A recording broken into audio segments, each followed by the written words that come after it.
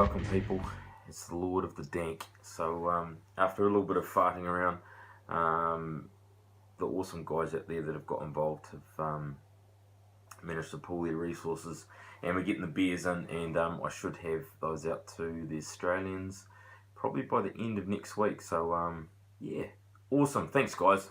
It's a lot of effort, you guys, getting this bottled and packaged, and I really appreciate it. And yeah, I don't want to do anyone any disservice by mucking around not drinking their drink. So we're going in. One of the first guys to bottle the original DANKSTA. Some know him as Tubedinoz. I know him as Tubedinoz. It's the Aurora, Vienna, and Columbus. So straight away, cool label. It's a tough as gangster Kiwi. A bit like me, really. Anyway, I'm gonna get this cracked. This has been sitting out for a good 20 minutes, so I wouldn't do any disservice to this beer. Yeah, you might have seen Les from Two Hands Brewing showed the score sheets, pretty much the SJ Pour version with a few tweaks, and including the Dankometer. This is called the Lord of the Dank comp because it's about producing a dank aroma. More importantly, just a really good aroma. And I'm saying this is like a learning experience, so you can find out how to produce the best aroma if we pull our resources together whilst having a friendly competition. So just a bit of an indication here. I guess if it's too malty, that's not what we're after. Pineapple, tropical, cat's piss, pine, and into a little bit of something else. So there's the Dankometer. Feel free to copy it. Anyway, a little bit fizzy there, Dino. I think it's just so eager to get out of the bottle. So yeah, I'm going to pour that up. I've been blessed with many beers from Tubedinoz. This one's sat in my fridge for probably nearly 2 weeks now. So it's about time to unleash the beast. She's definitely well carbonated. And as customary to defining dank, we sniff the bottle. Oh yeah, there's a bit. And some good malt.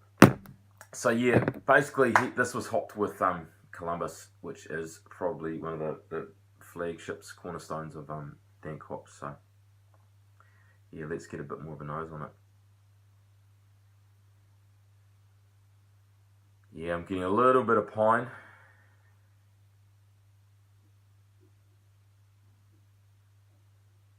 A little bit of that pine. Not a huge dank aroma, but definitely a little bit present there.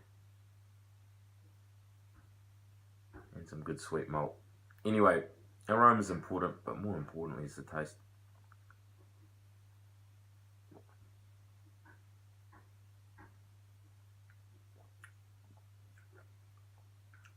Oh my word, that's a good beer.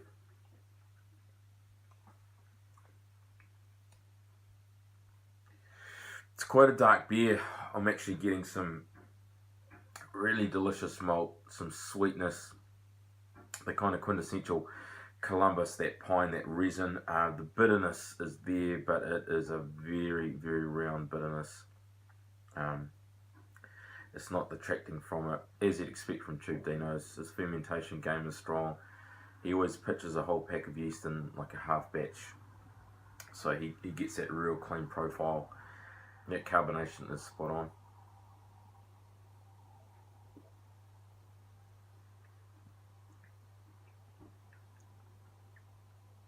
It's just super yum. It's way more flavourful than some draft beers I've had on tap that purport to be IPAs. I think this one is a little bit lower ABV. I think I've actually I've lost the little ABV. It's actually been destroyed in my fridge, but I'm pretty sure this is around about the 6%. It's not boozy at all. It's delicious, well crafted beer from Mr. Dinoz. I'm not going to leave these dragging on too long. I'm going to try and keep it under 5 minutes. So cheers Tubedinoz, and I look forward to drinking all the rest of the beers and giving you a little bit of feedback. Top beer, Dino.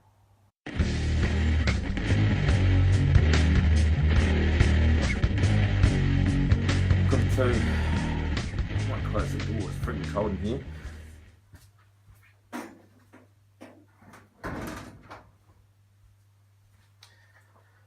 But I wouldn't want to disappoint, as is customary in the Copper Brewing Floor Sweepers Union lair. We don't wear sufficient clothing to keep ourselves warm. Anyway, I have the privilege of reviewing tonight NoQuarter Brewing Dank VADER, and I hung out with this dude all weekend, of course, at Biavana. Top man. But don't you dare think that's going to influence my self-confessed expert judging. So, for a start, top marks there to Greer. I know you've done it, Greer. Great artwork there. That would inspire probably about half of the adult population into buying this beer. As is customary, we sniff the bottle. Oh yeah, oh yeah. So this is, I believe, a dark IPA. Let's get this poured up. So I'll just give this a bit of a heave, but leave a little bit of the conditioning in the bottle there. Here's a bit. So yeah, straight away, really nice carb. If I look up to my fluoro tubes, she's pretty dark. Really nice head, bit of malt on the nose, and a little bit of pungent hops. In fact, I'm trying to remember what Chris put in this bad boy. It's a double IPA, obviously. Turn to the dank side of the force, 8.1%. Yeah, I'll put some notes on the screen once I ask Chris what's in this bad boy. Almost getting a little bit of marmalade, and as customary when you have those dark malts and hops, I'm getting a real nice berry aroma.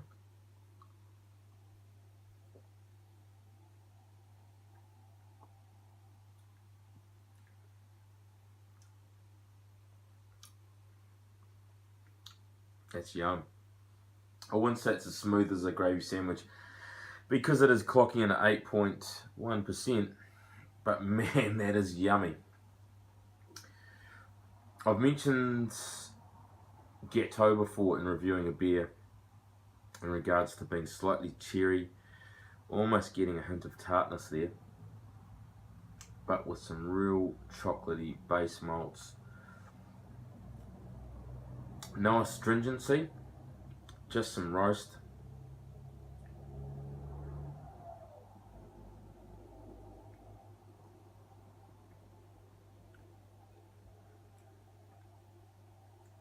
It's a yummy, yummy beer, Chris. So chunky you can carve it, sticking to the glass. Really nice, rich mouthfeel. But because of its effervescence, it's not a sipper, it's definitely a drinker. It's definitely a double IPA. And it's something a bit different having a dark kind of hoppy beer in this territory.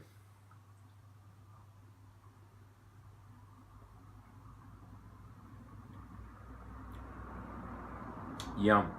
I'm going to score this. I'm also going to drink Hardyards after this beer. We're going to bung 3 in on the school night. Yeah. Cheers, guys. Cheers, Chris at NoQuarter Brewing.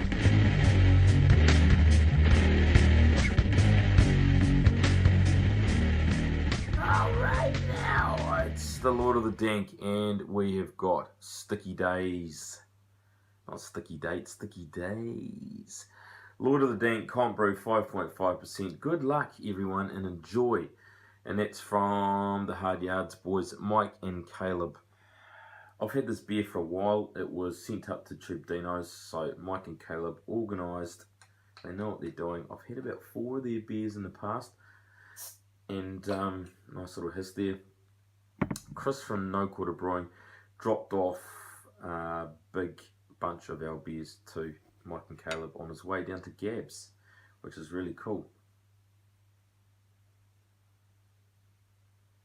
I'm getting some dank. This has got to be one of the oldest beers, as I explained. Yeah, I got this from Dino probably close to 3 weeks 4 weeks ago. I've got some hops and I've got some nice sweet malt there. So I'm pretty sure this is bottle conditioned. It is absolutely crystal clear at the moment. So I'll try and avoid a bit of sludge in the bottom because it has been sitting in my fridge for a long time. Starting to get a few gremlins, so yeah, we'll stop there. That is one crystal beer. You can almost see the gauges on my pot. Yep, carbonation looks about spot on for the style. Thin head. Beautiful burnt orange with a kind of a touch of brown. I'm not too sure what's gone into their beer, but I have had their Lord Nelson, which was really, really nice. And that obviously had Nelson in it, and that was probably one of the first dank kind of home brews that I've had. As I said before, malt, a little bit of dankness, no hop in particular that I can perceive, but it does smell juicy and sweet. Anyway, cheers Mike and Caleb. Really appreciate this, and thanks for jumping on board. This isn't too bad. We've got 9 guys from over Australia and New Zealand. No South Islanders, but maybe next time. So this is just a bit of an informal comp, a bit of fun, and just to help each other out and basically push the craft of brewing a decent IPA pale ale, and hopefully get a few tips from these boys.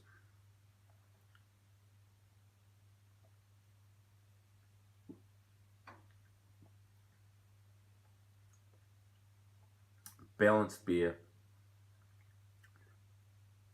some nice candy sweetness there, a very subtle bitterness. It's only 5.5%, so you can't throw too much bitterness at this beer. Malt and juice. I would be very surprised if there's no Nelson Sauvin in this. I'm getting that white wine, the kind of grape skin white wine that I got from my fresh hop.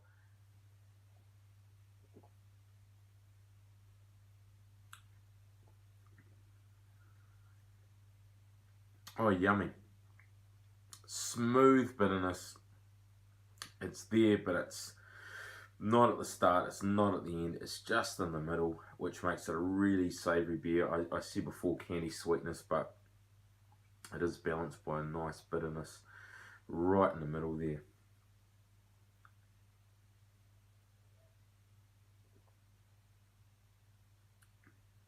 Damn it, I better make some notes before I smash this beer.